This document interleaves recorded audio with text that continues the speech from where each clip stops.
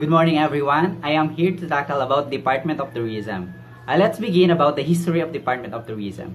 Um, Before, it is stated as a private initiative to promote the Philippines as a major travel destination. In 1950, it becomes Philippine Tourist and Travel Association. In 1956, Board of Travel Tourist Industry.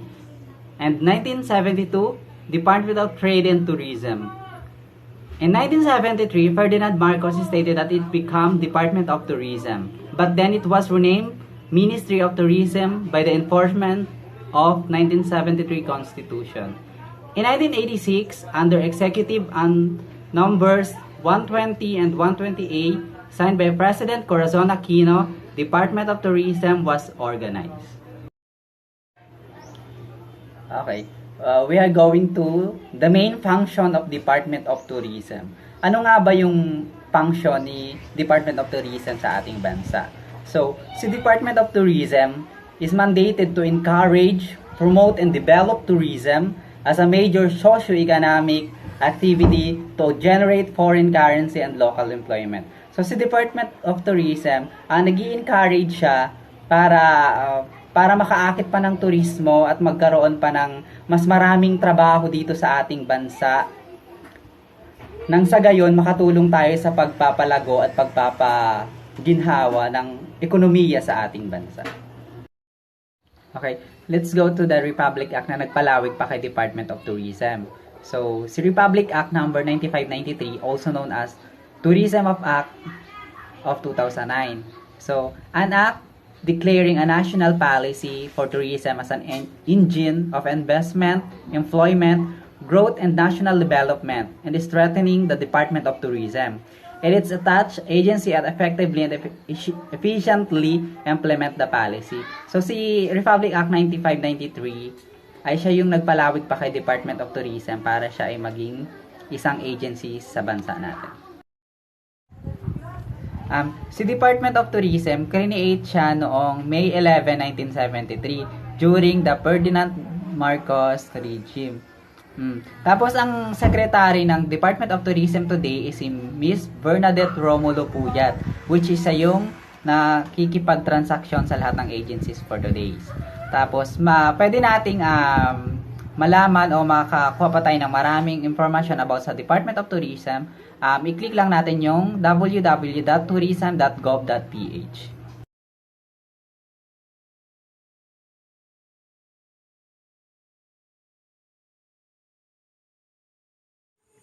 Good afternoon, ma'am. Good afternoon, classmates. My presentation is all about the Department of Transportation. United States Department of Transportation was established on October 15, 1966. And April 1, 1967 is the department's official day. Let's move on to the Department of Transportation in the Philippines. Department of Transportation in the Philippines is formed in January 23, 1899 and dissolved in June 30, 2016 as Department of Transportation and Communications. Republic Act number 10844, it is an act creating the Department of Information and Communications Technology. In addition with this, the current Secretary or Head of the Department of Transportation is Attorney Arthur P. Tugade. Based from what I have read, so ang Department of Transportation sa Philippines ay nabuo noong January 23, 1899 at noong June 30, 2016 ay nag-iba na yung kanyang name, hindi na siya Department of Transportation and Communications.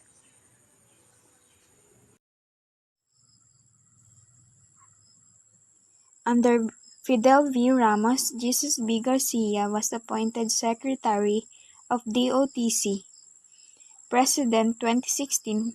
Foundation of Department of Information and Communications Technology caused the DOTC to become DOTR.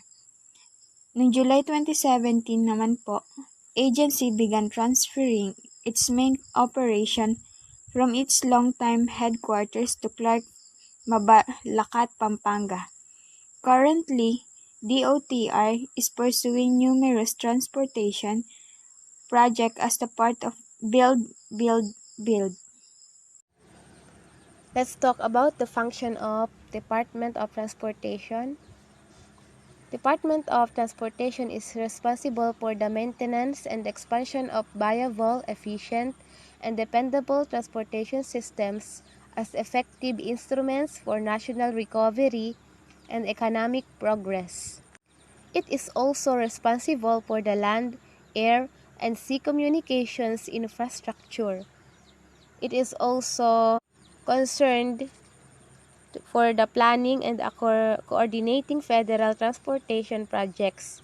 It also develops and coordinates policies that provides efficient and economical national transportation system with due regard for need, environment, and national defense. In relation with this, it is also develops, promotes, implements, and maintains integrated and strategic transportation and communication systems. So, ang ibig sabihin, yung Department of Transportation daw, sila yung responsable sa mga pulisiya na i-implement sa mga o sa systems. At sila din yung responsible for the transportations in land, air, and sea. O ibig sabihin, makalupa man, makatubig o himpapawid, ito ay sakop ng Department of Transportation. Ang Department of Transportation din is layunin nila na mapabilis yung transportasyon between places. So, isa din itong paraan para mapabilis yung trading na kung saan is makakatulong sa pag-unlad ng ating ekonomiya. Sa pangkalahatan, so, organizational structure. So, the head of the Department of Transportation is the Secretary, which is Attorney Arthur P. Tugade.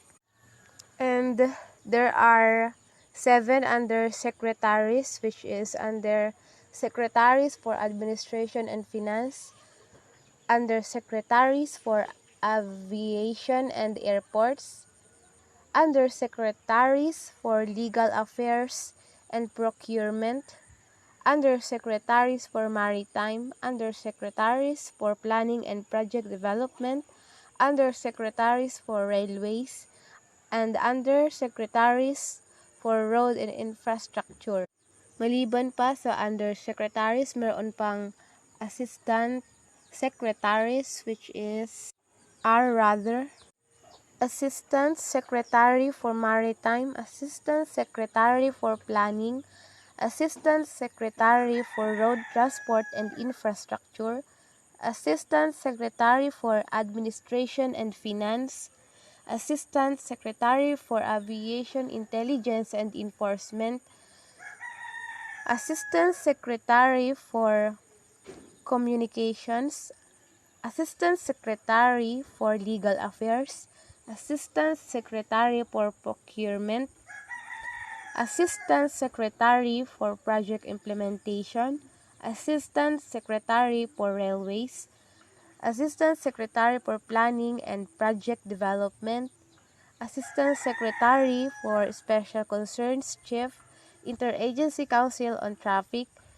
and Assistant Secretary for Project Implementation in Mindanao Cluster. All of these are the organizational structure of the Department of Transportation. Bilang buod, ang Department of Transportation o kagawaran ng transportasyon ay sila ang nagmamanage ng all transportations, kasama na rin ang mga dinadaanan para maging mas mapabilis ang pagbabiyahe sa madaling salita. Siyempre, kaugnay din dito yung safety ng bawat tao sa pagbabiyahe. Let's talk about the history of Department of Transportation in the Philippines. For the year 1899 to 1979, all transportation activities were integrated, which is the Department of Public Works and Highways now. At early history, on July 8, 1979, Ministry of Transportation and Communications or MOTC was formally created by the pursuant of Executive Order Number 546. In regard with this, the motor vehicles transportation and control was improved. So under dito sa early history, nagkaroon ng improvements in terms of transportation katulad na laang nung mga projects tulad ng light rail transit system. And on the post 1986, February 26, Congressman Hernando B. Perez was appointed as the MOTC minister by President Corazon Aquino. And on March 1987, Reynario O. Reyes appointed Minister of MOTC. After that, MOTC was recognized through Executive Order Number 125 and 125A and became a department under Executive Branch. Executive Order Number 202, which is the quasi-judicial function transferred to the Land Transportation Franchising and Regulatory Board. So ayon dito, noong February 26 daw na ay si Congressman Hernando B. Perez ay naging Minister ng Ministry of Transportation and Communication. At pagkatapos noong March 1987 naman, ang naging minister naman ay si Reynario O. Reyes. Pagkatapos noon ay MOTC naman is naging under siya ng executive branch dahil doon sa Executive Order Number 125 and 125A. Hanggang sa yung Executive Order Number 202 naman, which is yung MOTC, yung function niya na quasi-judicial function ay na-transfer sa Land Transportation Franchising and Regulatory. Leadership and management. The future transportation mobility is about leadership. There are 7 tenets to improve this. These are, una is yung safety. Nakapaloob dito yung reduce crashes, fatalities, injuries, and property damage. Pangalawa naman po is yung mobility. Nakapaloob dito is yung reduce congestion, increase the capacity of existing infrastructure, connected in intermodal, one seamless transportation system. Ang pangatlo naman is yung economy. Nakapaloob dito yung improve access to jobs, products, and services, origin, destination, and transport. Ang pang-apat naman is yung environment. Nakapaloob dito yung improve air, land, and water. And sunod naman is yung cost. It reduce overall cost. And yung pang-anim naman is time. Reduce travel time. At ang last naman is yung support. Leverage emerging business intelligence, amazing data and decision-making system. The 7 tenets do not supplant the process of planning, design, construction, operation, and maintenance. These do not supplant many other important elements such as a strong safety culture and program, annual needs assessments, and their cost of savings, preserving the existing system, utilization of asset management tools, assessing and documenting infrastructure condition, and monitoring and managing traffic speed and volume. It is the utility of all tools that will optimize outcomes in creating a better world for us and our posterity. May kasabihan po tayo na the secret of change is to focus all your energy not on fighting the old but on building the new. There are common foundational elements of leadership and management. Leadership matters, people-based, result-driven, provide direction, remove obstacle, be accountable and responsible for everything that does or does not happen, take blame, give credit, be action-oriented, lead change, systematize, develop leaders, be authentic to thin own self, be true.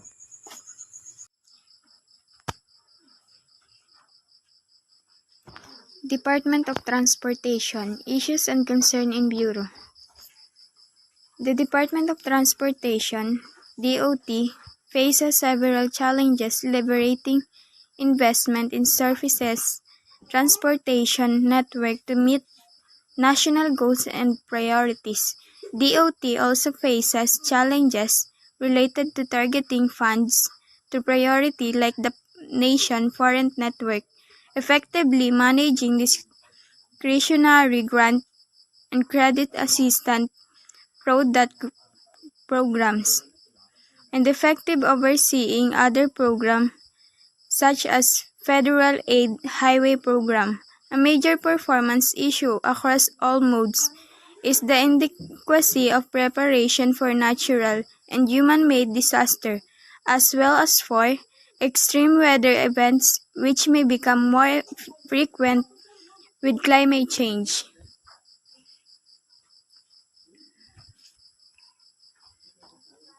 Technology-driven initiatives are now taking center stages in the fight against the pandemic.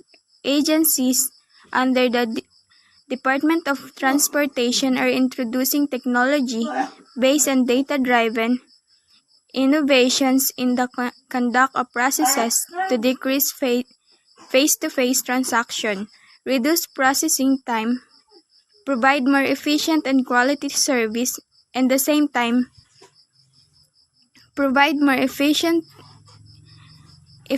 and quality service, and at the same time eradicate opportunity for corrupt practices. Thus, the Department of Transportation is pushing for active transport such as walking, biking, and use of other non-motorized transport to not only maintain to the lower level of air pollution again from the month of quarantine, but also to encourage physical fitness that boosts immunity against COVID-19.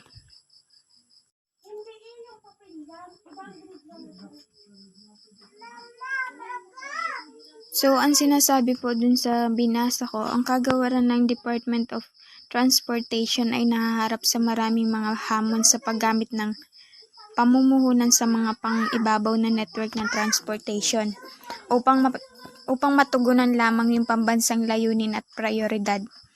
Nahaharap din po ang Department of Transportation sa mga hamon na nauugnay sa pag-target ng mga pondos sa mga prioridad tulad ng network ng kargamento ng bansa, mabisang pamamahala ng pagbibigay ng diskresyon at sa mga iba't ibang programa. Gayon din po yung mabisang pagsubaybay sa iba't ibang mga programa tulad ng ang programa po na example dito is yung Federal Aid Highway Program. Ito po yung isang pangunahing issue na sa pagganap sa lahat ng mga kakulangan ng paghahanda para sa natural at mga gawaing gawa ng tao, pati na rin para sa matinding mga kaganapan sa panahon. na maaari din pong maging mas madalas na sa pagbabago ng ating klima.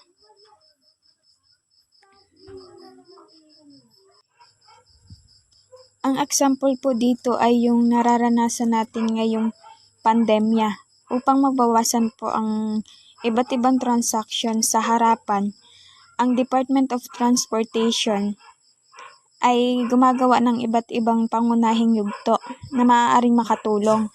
Ang Department of Transportation sa ngayon ay natutulak sa iba't ibang aktibong transportasyon tulad po ng paglalakad, pagbibisikleta at paggamit ng iba't ibang hindi demotor na kagamitan upang mapanatili na rin po natin yung mababang antas ng ating polusyon po natin sa hangin. At para mahikayat din po ang physical na fitness, which is yung nagpapalakas ng kaligtasan natin sa sakit laban sa COVID-19. Legal and institutional basis of DTI. Law that creates the office of DTI.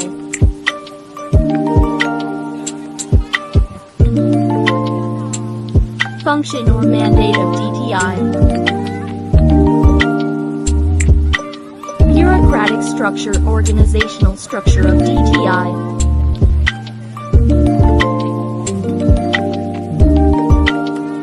Leadership and management of DTI. Manpower complement in DTI. Issues and concerns in the Bureau of DTI.